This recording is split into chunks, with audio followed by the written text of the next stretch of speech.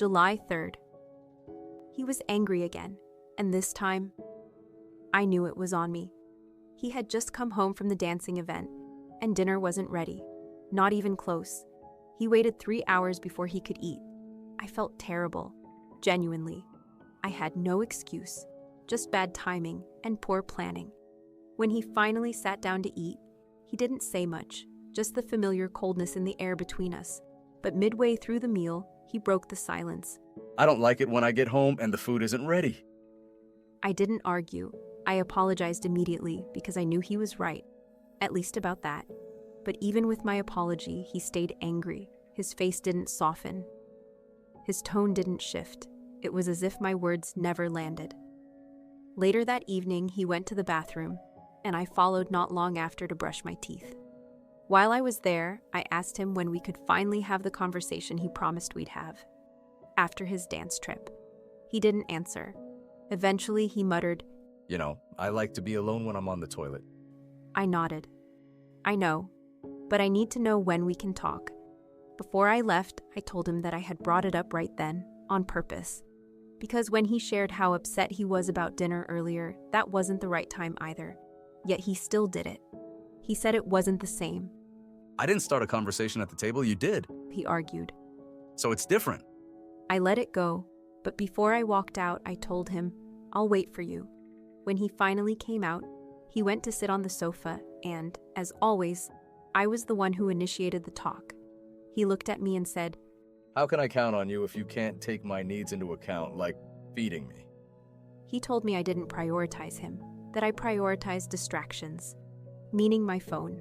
I explained that I hadn't cooked because I didn't know he'd be home early. I thought I had more time. I had taken my time prepping everything. Yes, I should have started earlier. But it wasn't because I didn't care. I reminded him this was the first time he'd come home and the food wasn't ready. Still, with him, it's always all or nothing. No middle ground. One mistake becomes a character flaw. Then, out of nowhere, he asked, Am I a good husband? I didn't answer. I told him, that's not what this conversation is about. He does that often, asks loaded questions in the middle of something unrelated. And it always throws me off. Eventually, I told him that we need to work on ourselves, together, that if we want to grow, we need a plan. I asked why he stays angry for days, even after I apologize. If this is how you handle every conflict, I said, I need to know, because I've never met anyone who treats me like this. By now, deep down, I knew something isn't right with my husband, but I couldn't name it. This weekend, since I was alone, I did something I hadn't done before. I Googled it. That, to be honest, was part of the reason dinner was late. I was distracted, not by my phone, but by my desperation to understand. Of course, I didn't tell him. If he knew, he'd only grow more furious. But I sat there typing into the search bar. Is something wrong if your husband is always angry over little things? I had no idea what I was about to stumble upon. Page after page, video after video, words I had never seen before. And then I saw it. Narcissist. More specifically, covert narcissist. Suddenly, it all made sense. I sat on the sofa, frozen. The tears came without warning. I wasn't sure if my eyes were swollen from crying or from staring at my phone screen for so long.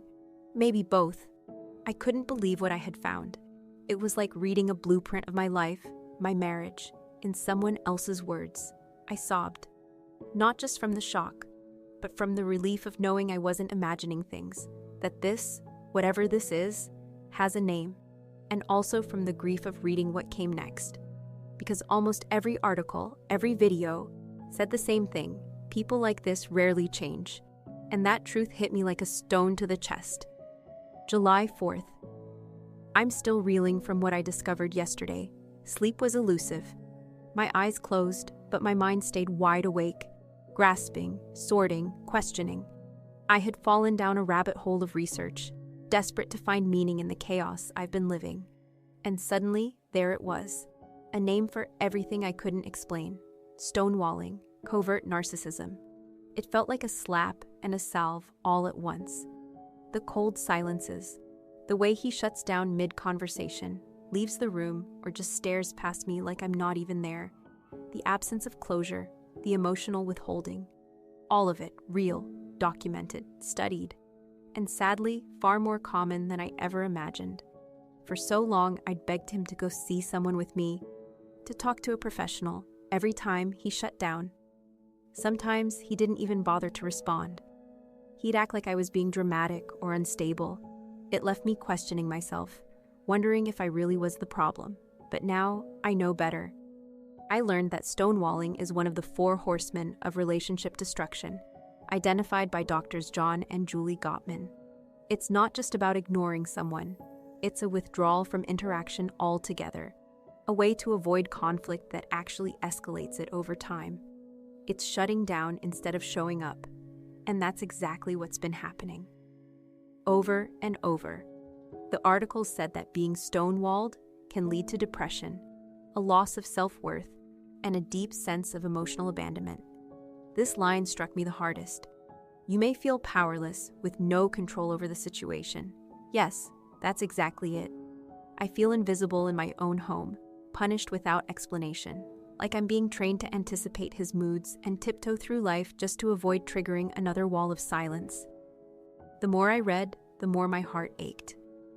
According to Choosing Therapy, the partner being stonewalled often feels unloved or abandoned, disconnected and emotionally unsafe, stripped of intimacy, desperate for clarity, but given silence instead. Then, I found How to Deal with Stonewalling from a Partner. It offered suggestions. Focus on yourself. Don't disengage completely. Use self-soothing techniques. Seek professional help. I kept reading. How to Stop Stonewalling Others said that those who shut down need to work on increasing self-awareness, improving emotional literacy, taking timeouts, practicing self-soothing, allowing themselves to be held accountable, seeking help, accountability. That last one cut deep. I've asked him for it in so many ways, gently, boldly, silently.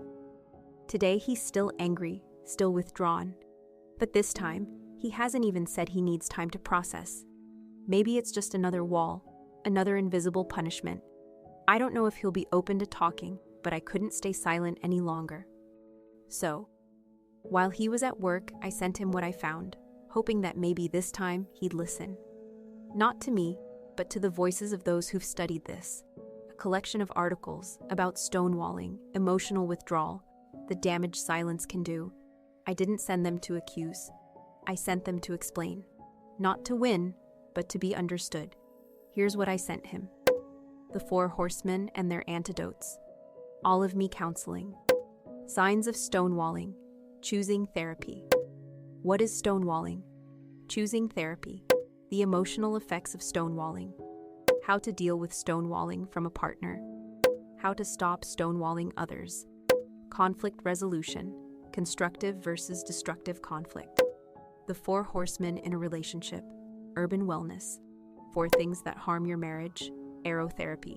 The 4 Horsemen Gottman Institute. Because when I told him this is abuse, he'd shoot back. You're not a professional. So this time, I let the professional speak. July 5th, the morning after I sent him the articles, something unexpected happened. He approached me softly, asking, Can we talk? There was no anger in his tone, no defensiveness, just a quiet openness I hadn't seen in a long time. He told me he had read what I sent. Then he said, with steady clarity, I will seek help. He explained that his job provides access to support, therapists, life coaches, people who are there for employees going through personal struggles. That's the path he wants to take. And right there, in the stillness of that moment, I whispered, Hallelujah! God is good. I told him I'd be here for him if he ever needed me. No pressure, just presence. What he doesn't know is that I sent those articles with trembling hands and a prayer in my chest. Not to corner him or label him, but to try, one last time, to bridge the silence. To show him what I've been trying to say without screaming. Today wasn't the end of anything, but maybe it was the beginning of something new. July 18th. The peace didn't last. It never really does. It was evening. We were sitting together on the sofa, quiet but calm. Before he left to start the laundry, I decided to show him a photo I had mentioned earlier that morning, an image of my cousin's father's swollen feet, the result of a serious illness. I had asked him if he wanted to see it earlier in the day, and he had simply said, Later. But later never came. So I took that moment to bring it up again. I barely had the phone in my hand when he stood up abruptly, eyes blazing. Why would you show me something like that? Do you think I wanted to see it? I was stunned. I asked you this morning. You said later, I replied softly. But he was already walking away, headed to the laundry room, again. He stayed gone for a long while, long enough for me to wonder if he'd chosen to disappear there just to avoid me. When he finally returned, he didn't say a word. He sat beside me and put on his headphones. Both of them, shut down, like I wasn't even there. I folded the clothes he'd brought over, deciding in my heart that we would talk later, right before prayer, when the headphones would be off. And maybe the walls too. When the moment finally came, I asked gently, Why are you upset? His response came sharp and fast. Why would you bring this up now, right before prayer? Then, as if he'd been holding it in all day, he burst again. Do you really think that was the time to show me that picture?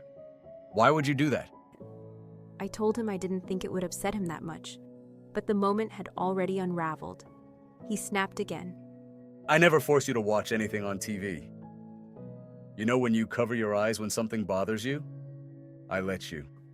I blinked, confused. TV? What does me covering my eyes during a movie have to do with this moment? I tried to follow his logic but couldn't. Tears welled up.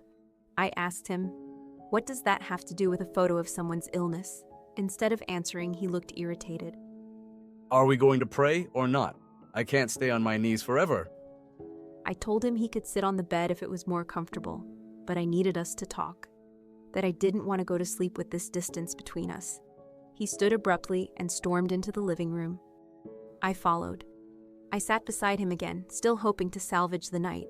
I asked why he didn't want to talk. He circled back to the image, saying again that he never asked to see it. Then, once again, he brought up the TV example. I asked again, Can you help me understand how those two things are connected? He couldn't, or wouldn't. Then he accused me of waiting too long to speak. Why wait until we were in the bedroom and not talk out here? I answered honestly.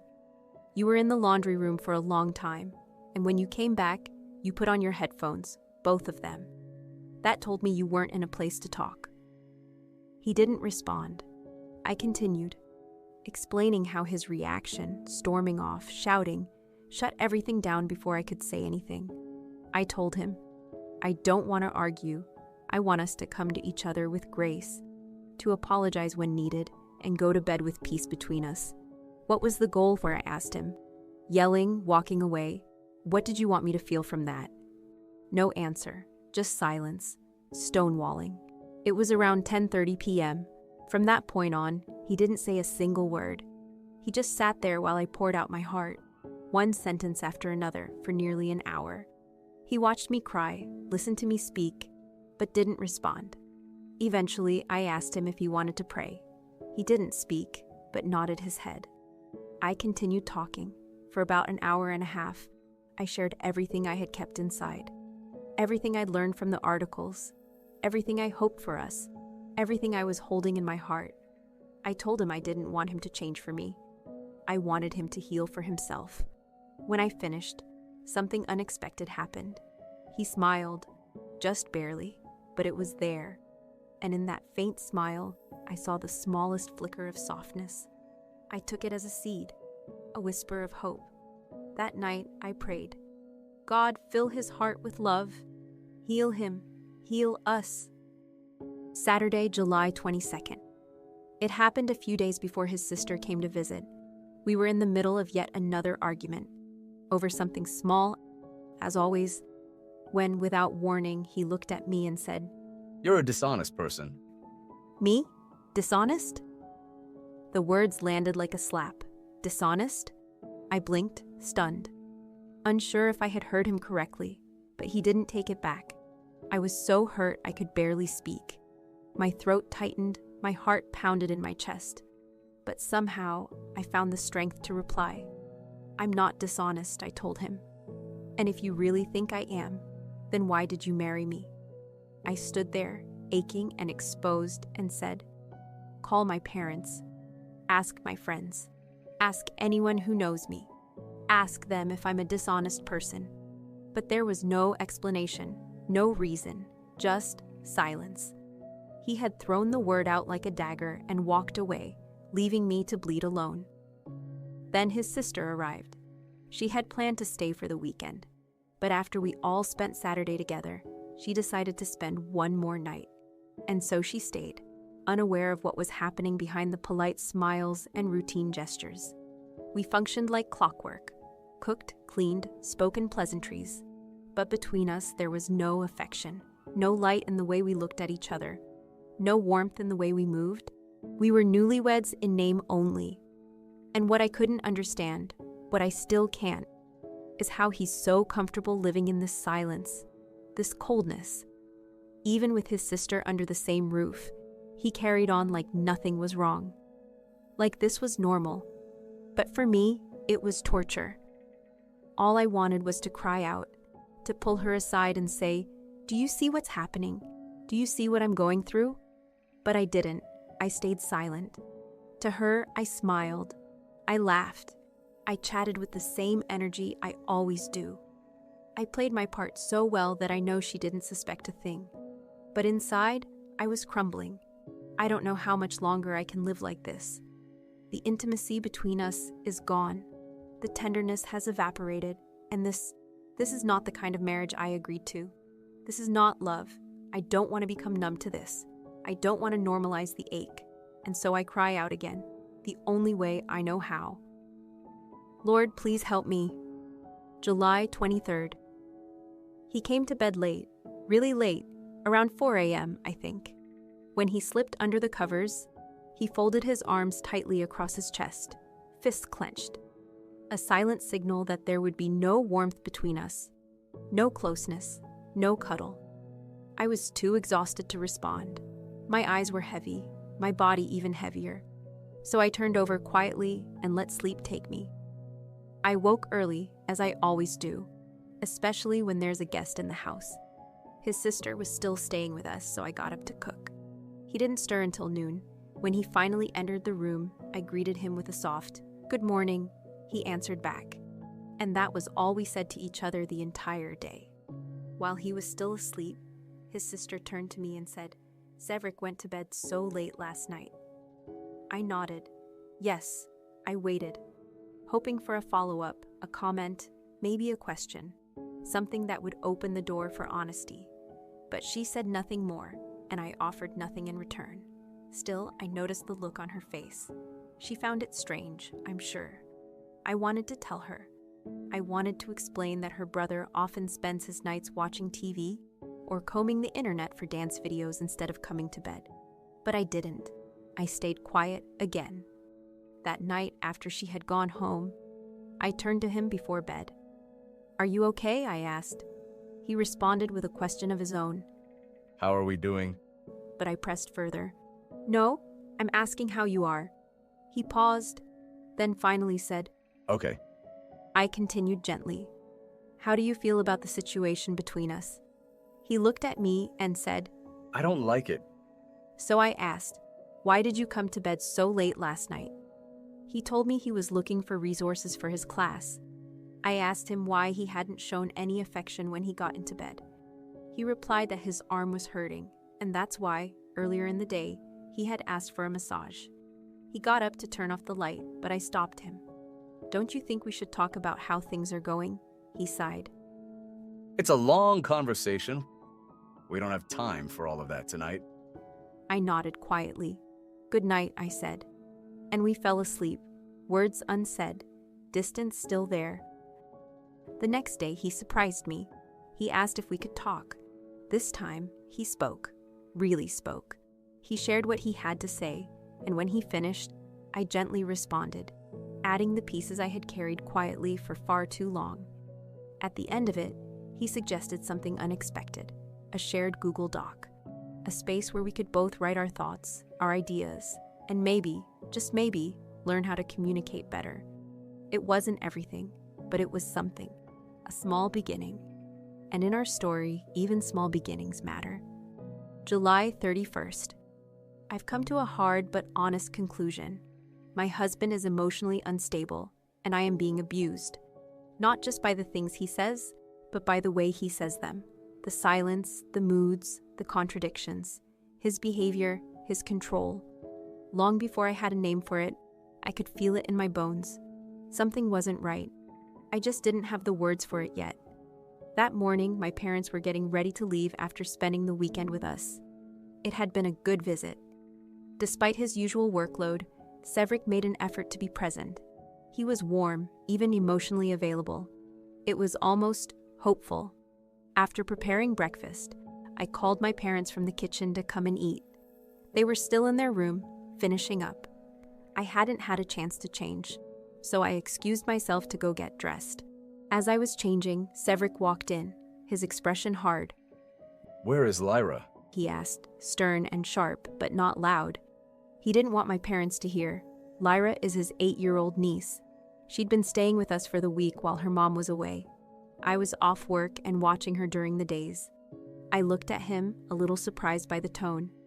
"She's still sleeping," I said, and added, "I told you I'd wake her." But he cut me off before I could even finish the sentence. "Why did you shout for your parents to come eat? You woke Lyra up." I stood there, stunned. Here we go again. The false accusations. The quiet fury masked as moral high ground. He left the room without another word. I went to wake Lyra and found her still fast asleep, proof, if I needed it, that I hadn't disturbed her. My voice hadn't been loud. I hadn't shouted. But he had already decided it was my fault. Around 7:45, I helped my parents carry their bags to the car. When I came back inside for the rest, he was already gone. He'd left early, without saying goodbye, without a hug, without a kiss. As we drove to the station, we passed him at the bus stop. Waiting alone, my mom noticed. "Why did he leave so early?" she asked, puzzled. I gave a soft excuse. "The bus isn't always on time."